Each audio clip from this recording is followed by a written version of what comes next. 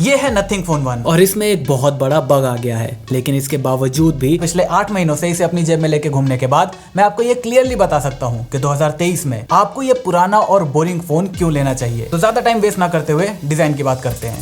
Launch के time इसका design unique था, लेकिन अब कंफ्यूजिंग हो गया है, क्योंकि जब से मैंने ये फोन लिया है मुझे जितने भी लोग मिलते हैं उनमें से आधों को ये फोन अच्छा लगता है, आधों को खराब लगता है। इवन जब मैं इसे किसी और के हाथ में देखता हूँ तो ये अजीब सा एक खिलौना टाइप का लगता है, लेकिन जब मैं अपने हाथ में इसे पकड़ता हूँ तब वो फीलिंग कंप्लीटली बदल जाती है। इसीलिए डिजाइन को लेकर मैं अभी तक कोई कंक्लूजन नहीं निकाल पाया हूँ। Talking about the star of the design, personally मैं इसे ऑफ करके रखता हूँ, क्योंकि नोटिफिकेशन वाली दुनिया से बचने के लिए मैं अपने फोन को जनरली उल्टा करके रखता हूँ, लेकिन इस फोन के साथ मैं वो भी नहीं कर सकता। इसीलिए ये घर पे बंद रहता है, लेकिन जब भी मुझे बाहर जाकर कहीं फ्लेक्स करना होता है तो एक बटन में ये ऑन भी हो जाता है। इसका प्रेजेंस इतना अच्छा है कि एक बार को S23 अल्ट्रा को देखकर लोग इतना एक्साइटेड नहीं होंगे जितना इसे पहली बार देख के हो जाते हैं। स्पेशली मादाओं को ये फोन बहुत ज्यादा आकर्षित करता है। इन हैंड फील में ये थोड़ा सा अनकंफर्टेबल जरूर हो जाता है, एक हाथ से आप इसे यूज नहीं कर पाओगे, और इसके साइज का अंदाजा तब और भी ज्यादा होगा जब कोई दूसरा एंड्रॉइड फोन आप पकड़ोगे, क्योंकि आज के टाइम में मेजॉरिटी फोन्स पकड़ने में काफी ज्यादा कंफर्टेबल होते हैं। लेकिन हाँ, बिल्ड वाइज अगर मैं देखूं तो इससे अच्छा फोन इस प्राइस में दूसरा कोई भी नहीं है। रही बात ड्यूरेबिलिटी की, तो 8 महीने के यूज में बटन्स इसके बिल्कुल सही सलामत है, फ्रेम पर किसी तरह का मेजर डैमेज नहीं है, आगे पीछे ऊपर नीचे सब कुछ सही सलामत है। अब जितना इंटरेस्टिंग इसका डिजाइन है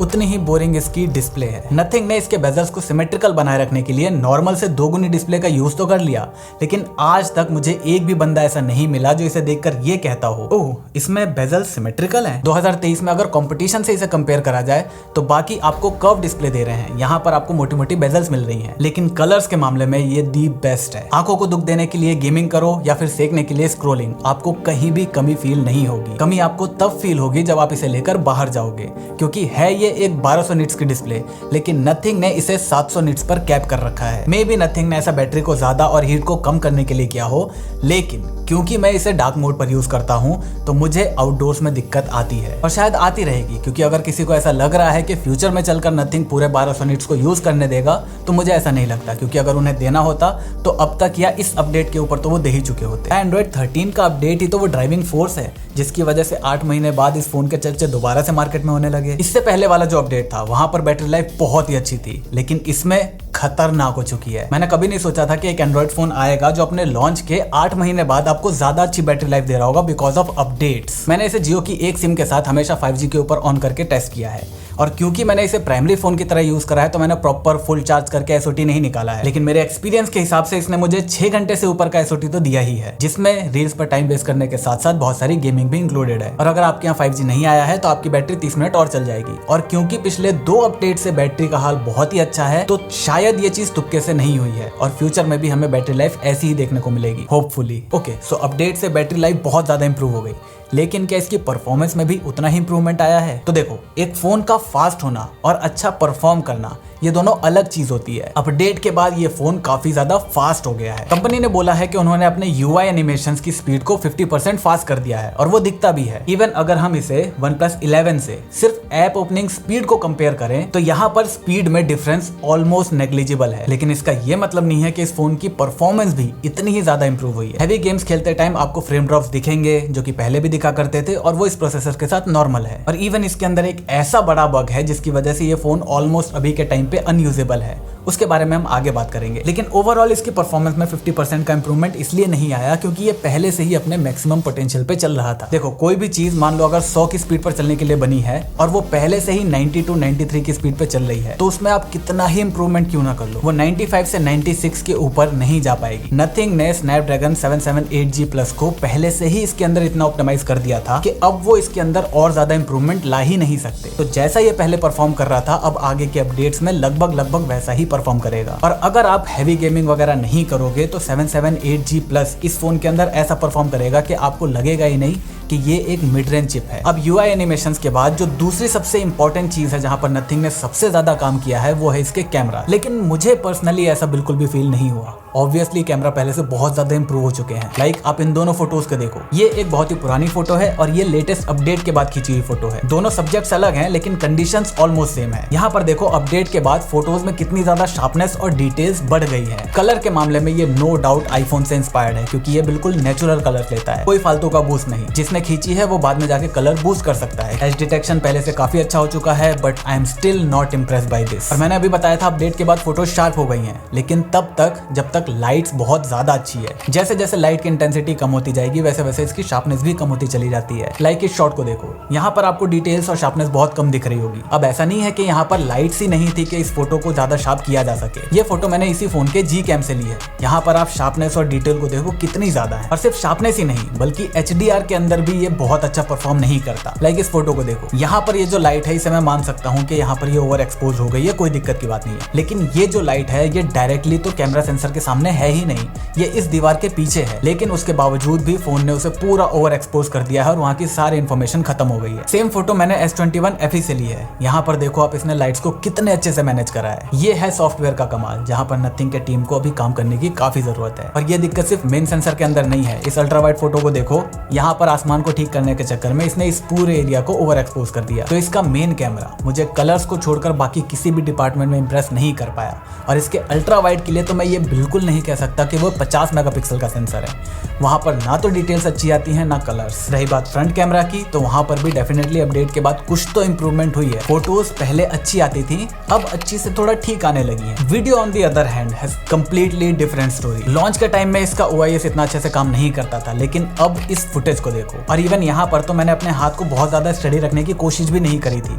लेकिन फिर भी शॉट ऐसा लग रहा है जैसे ट्राइपॉड पे लिया गया हो। एंड बिलीव मी, इस प्राइस के अंदर जितने भी इसके चाइनीज कॉम्पिटिटर्स हैं, कोई भी आपको इस तरह की वीडियो निकाल कर नहीं दे पाएगा। इवन जिन फोन के अंदर OIS होता है उनमें आपको इस तरह का जेली इफेक्ट देखने को मिलेगा। यहाँ पर आपको वो चीज बिल्कुल भी नहीं मिलती। और ये फुटेज तो मैंने रिक्शा पर बैठे हुए ली है। तो वीडियोस में मेरे हिसाब से जितने भी फोन्स आते हैं ये उनमें सबसे बेस्ट वीडियोस लेता है। लेकिन ये बात केवल तब तक सच है जब तक आप इसे 1080p में रिकॉर्ड करते हो। जैसे ही आप इससे 4K में रिकॉर्डिंग करना शुरू करोगे, ये फ्रेम ड्रॉप्स करना शुरू कर देगा, जो इसे बिल्कुल यूजलेस बना देता है। 4K में इससे आप रिकॉर्डिंग कर ही नहीं सकते। लेकिन ये बात मेरे जैसे क्रिएटर्स के लिए एक डील ब्रेकर हो सकती है, लेकिन उसके अलावा जो नॉर्मल पब्लिक है उनके लिए बिल्कुल भी नहीं। मैंने अपने दोस्तों को फोन दिला रखा है, उन्हें पता भी नहीं है कि आज तक वो 4K में वीडियो नहीं ले रहे थे। उनको क्या मतलब है कि वीडियो शार्प आनी चाहिए, अच्छी आनी चाहिए। 1080p के अंदर जो वीडियो लेता है वो किसी भी एक नॉर्मल डिस्प्ले के लिए मोर देन इनफ है। अब आते हैं उस चीज के ऊपर जो इसका सबसे बेस्ट और बोरिंग पार्ट है, UI एक्सपीरियंस। अगर आप मुझसे टॉप 5 UI पूछोगे तो उसमें नथिंग OS जरूर रहेगा। और सिर्फ UI नहीं, इसका जो परफॉर्मेंस है वो भी काफी अच्छी है, इवन बेटर देन Pixel 6 से।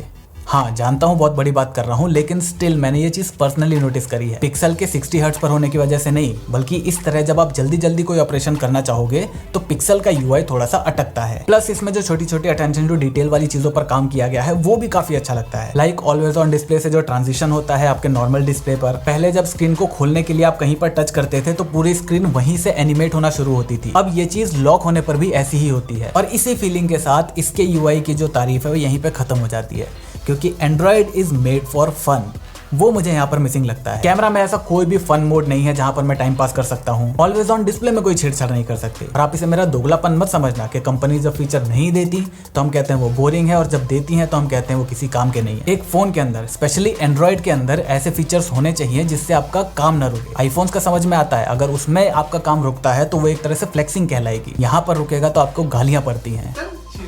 इसमें आप ऐप्स को लॉक नहीं कर सकते, इस वजह से टेंडर चलाने का फायदा नहीं। ऐप्स को हाइड करने का ऑप्शन नहीं है। इवन इसकी खुद की गैलरी ऐप नहीं है। अगर मैं 2 से ज्यादा फोन यूज कर रहा हूँ और दोनों में गूगल फोटोज का यूज कर रहा हूँ तो मुझे पता ही नहीं चलता कि कौन सी फोटो मैंने इससे खींची है। डुअल ऐप का सपोर्ट नहीं है, तो एक टाइम पर आप एक ही बंदी को घुमा सकते हो। कहने का मतलब ये है कि बेसिक काम जो एंड्रॉइड के अंदर होने चाहिए वो आपको यहाँ पर नहीं मिलते। उसी के साथ जिस बग की मैंने बात करी थी, जिसकी वजह से मैं इस फोन को अभी यूज ही नहीं कर पा रहा, वो है अपडेट के बाद, अपडेट के 1 हफ्ते बाद इसके अंदर अचानक से कुछ दौरे पड़ने शुरू हुए और ये फोन अपने आप को हर 2 से 3-4 घंटे के अंदर बूट लूप में फंसा देता है। उसके बाद मुझे फोर्स रीस्टार्ट ही इसको करना पड़ता है, वरना ये अपना इसी दौरे के अंदर पड़ा रहता है। तो अब सवाल ये आता है कि मेरे खुद के फोन के अंदर इतना बड़ा बग है और मैंने अभी तक कोई ऐसा बहुत बड़ा एक्स फैक्टर नहीं बता दिया जो इसे बाकियों से अलग बना देता हो, तो फिर क्यों मैं इस फोन को शुरू में ही आपको कह रहा हूँ कि आपको ये फोन ले लेना चाहिए। इस फोन को रिकमेंड करने का मेरा इकलौता रीजन है इस कंपनी का एटीट्यूड। बग्स देखो हर फोन के अंदर होते हैं, इवन आईफोन्स का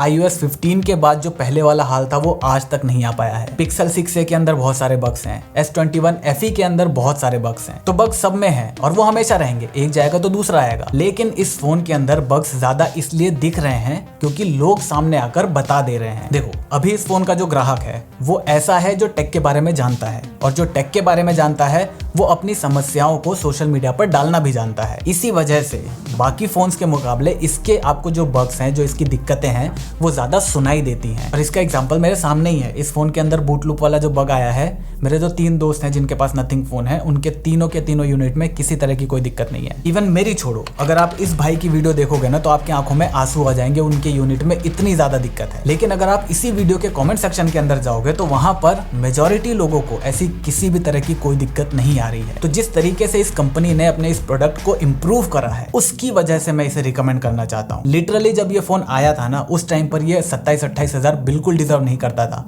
लेकिन आज के टाइम में करता है। तो सोचो, एक प्रोडक्ट की वैल्यू टाइम के साथ बढ़ गई है। और ऐसी इंप्रूवमेंट मैं केवल सैमसंग जैसे ब्रांड से ही एक्सपेक्ट करता हूँ, क्योंकि वो इस चीज का पैसा चार्ज करते हैं। लाइक आप उनके अभी के लॉन्च हुए कुछ प्रोडक्ट्स को देखो, वो कितने ज्यादा महंगे हैं। क्यों?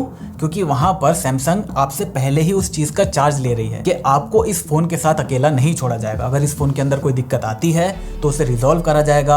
आपको 2 साल का प्रॉमिस करा जा रहा है तो 2 साल तक प्रॉपर आपको अपडेट्स दिए जाएंगे। तो जब यही काम एक मिड रेंज कंपनी बजट में हमें करके दे रही है तो उसे क्यों कोई रिकमेंड ना करे। चलो, कंपनी अच्छी है तो इसी कंपनी का फोन लेंगे। लेकिन नथिंग ने नथिंग फोन 2 भी अनाउंस कर दिया है और 8 महीने इस फोन को ऑलरेडी हो चुके हैं। तो क्या हमें इसे छोड़कर नथिंग फोन 2 का वेट करना चाहिए? तो देखो, फोन 2 के अंदर स्नैपड्रैगन 8+ Gen 1 आने वाला है, ये बात कंफर्म हो गई है। और उसकी वजह से इसका प्राइस जो है वो 40,000 से ऊपर ही रहने वाला है। और ये ट्वीट और काल भैया का इस पर रीट्वीट ये कंफर्म कर रहा है कि फोन अभी तो आसपास में नहीं आने वाला। तो नथिंग फोन 2 के लिए 12 से 15 हजार का एक्स्ट्रा कॉस्ट और 7 से 9 महीने तक का वेट। अगर आप ये दोनों चीज अफोर्ड कर सकते हो तो डेफिनेटली आपको वेट करना ही चाहिए, क्योंकि वो ऑब्वियसली इससे बहुत ज्यादा अच्छा होगा।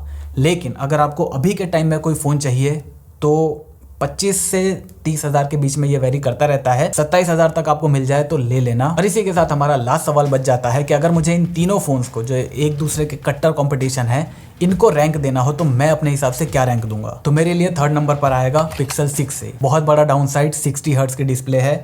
प्रोसेसर बहुत अच्छा नहीं है, आपको परफॉर्मेंस उतनी ज्यादा अच्छी नहीं मिलेगी। अगर आपको कैमरा बहुत अच्छा चाहिए तभी आप उसकी तरफ जाना। दूसरे नंबर पे होगा नथिंग फोन 1, अच्छी परफॉर्मेंस, अच्छी बैटरी लाइफ और अच्छा सॉफ्टवेयर एक्सपीरियंस। और नंबर 1 पर डेफिनेटली हमारा S21 FE है, क्योंकि वो नथिंग के सारे काम कर सकता है और कैमरे में वो इससे बहुत ज्यादा अच्छा है। तो अब ये लेना है या नहीं लेना वो डिसीजन आपका है। आई रेस्ट माई केस। जाने से पहले एक बार नीचे दी हुई लिंक पर जाकर मोबीक्विक को चेकआउट करना बिल्कुल भी मत भूलना।